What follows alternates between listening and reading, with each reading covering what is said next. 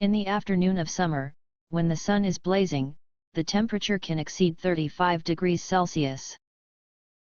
In winter, when the snow is falling in silence, the temperature can drop well below zero. As you can see, nature changes in many ways, and the change in temperature is the trigger for these changes. In fact, the properties of materials themselves are also sensitive to the effects of temperature change. In this experiment, let's examine how the electrical resistance of a metal changes with temperature. Here is a 100-watt incandescent light bulb. What is the resistance of this bulb? The power P can be written like this, so the resistance R is P divided by V squared. Substituting the values, we can expect R to be 100 ohms. When you actually measure it, it is completely different from what you expected. When 100 volts is applied to a light bulb, the temperature of the filament exceeds 2000 degrees. The bulb then has a resistance of 100 ohms. Since it was room temperature earlier, the resistance of value was different. From this result, we can predict that the resistance of metals increases as the temperature increases. The purpose of this experiment is to accurately measure such resistance change of metals due to the temperature change. By the way, what is temperature anyway? To find out, let's take a look at the inside of a metal. A metal has a crystalline structure.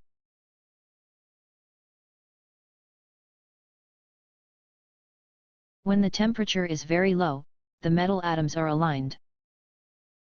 When the temperature is raised slightly, the atoms begin to vibrate. When the temperature is raised further, they vibrate even more violently. In other words, temperature has something to do with the intensity of the vibrations of the atoms. When a voltage is applied to a metal, the resulting electric field forces the electrons to move, creating an electric current. Electrons collide with metal ions, but not as frequently at low temperatures.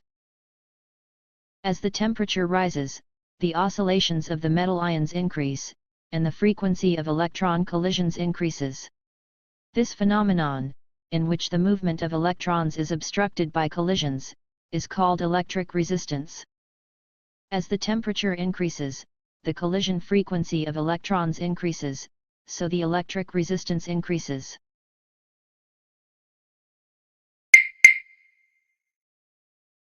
Here is an overview of the experiment. In this experiment, we will measure the temperature change in the electric resistance of a copper wire. We will use a thermocouple to measure the temperature. We will measure the electric resistance of the copper wire using a Wheatstone bridge. First, let's talk about thermocouples. A thermocouple is a connection between two different metals. The first metal wire is connected to a different metal wire. If the two ends of the metal wires are at different temperatures, the voltage between the wires is roughly proportional to the temperature difference. This voltage is the thermoelectromotive force. If we measure the thermoelectromotive force V and know the proportionality constant K, we can determine the temperature difference.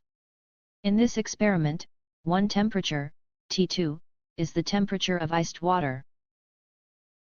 To determine the temperature from the thermoelectromotive force, we will use the reference thermoelectromotive force tables in the textbook. Here is how to read this table. A copper wire starts heating from room temperature. For example, when the room temperature is 23 degrees Celsius, the thermoelectromotive force is given in row 20, column 3. The unit is microvolts, so we know it is 919 microvolts, or 0.919 millivolts. When the temperature reaches 200 degrees, stop heating and finish the measurement. The thermoelectromotive force at that time is found to be 8.137 millivolts. Next, let's talk about the electric resistance of copper wire. The electric resistance depends on the length and thickness of the copper wire. The volume resistivity is a physical quantity specific to certain material that does not depend on its shape. The purpose of this experiment is to investigate the variation of the volume resistivity of copper with temperature. The electric resistance, R, is proportional to the length, L, and inversely proportional to the cross-sectional area, A. This proportionality constant is defined as the volume resistivity, ρ. The volume resistivity, ρ, varies with temperature. With the values of ρ measured at different temperatures, the average temperature coefficient, alpha, is defined as follows.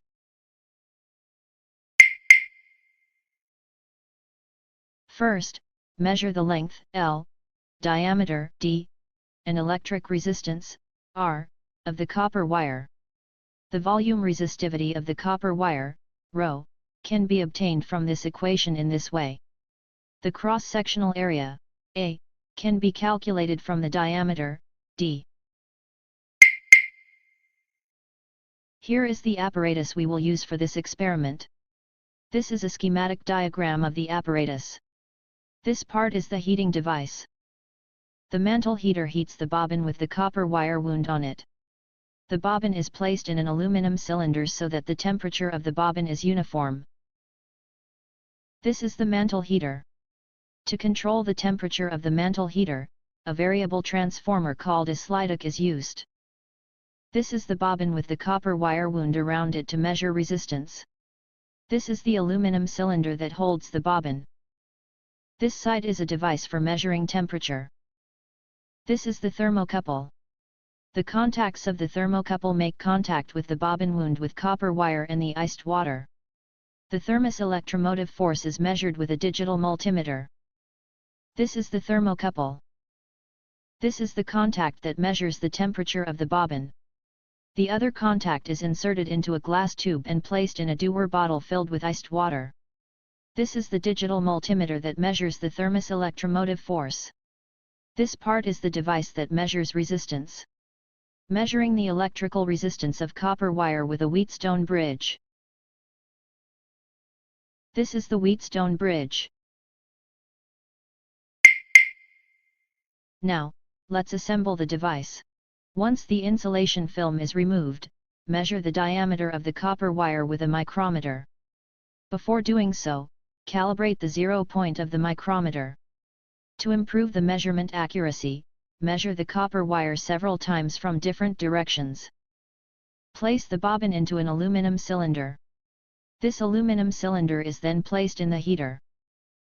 Connect the mantle heater to the Slideock.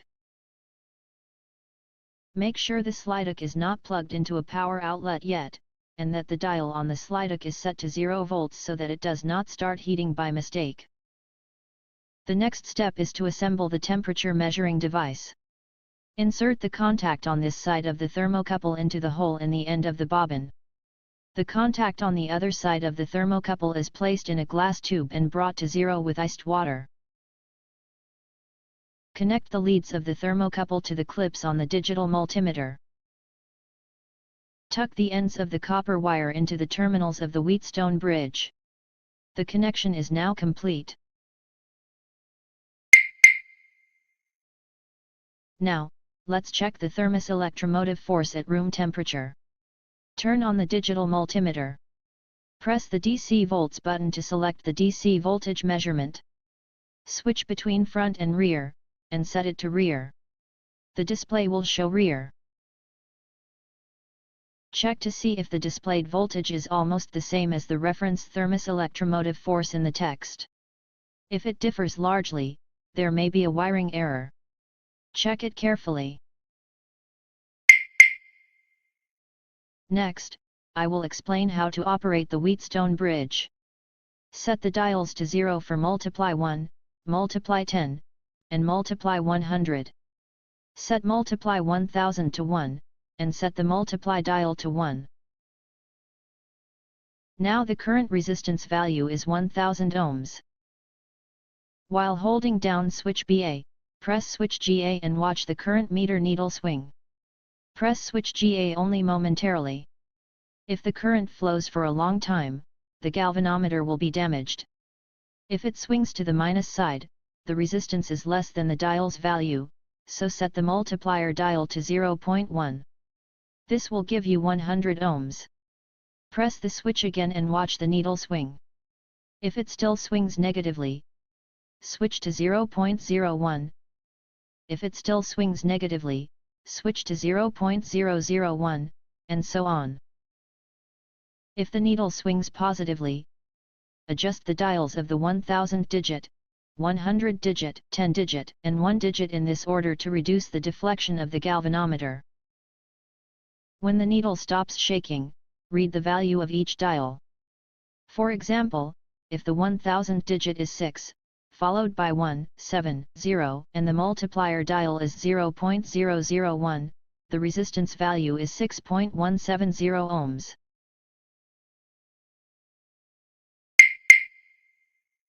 Now, let's measure the electric resistance of the copper wire while varying the temperature. When you are ready, put the plug of Slideout in the outlet, set the dial on the Slideout to 70 volts, and start the stopwatch at the same time as you start heating. Take measurements every 2 minutes and record the thermos electromotive force and resistance in your lab notebook.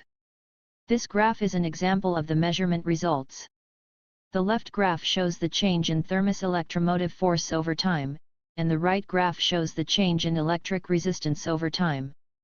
During heating, when the thermos electromotive force reaches about 8.1 millivolts, that is, when the temperature exceeds about 200 degrees Celsius, the measurement is complete.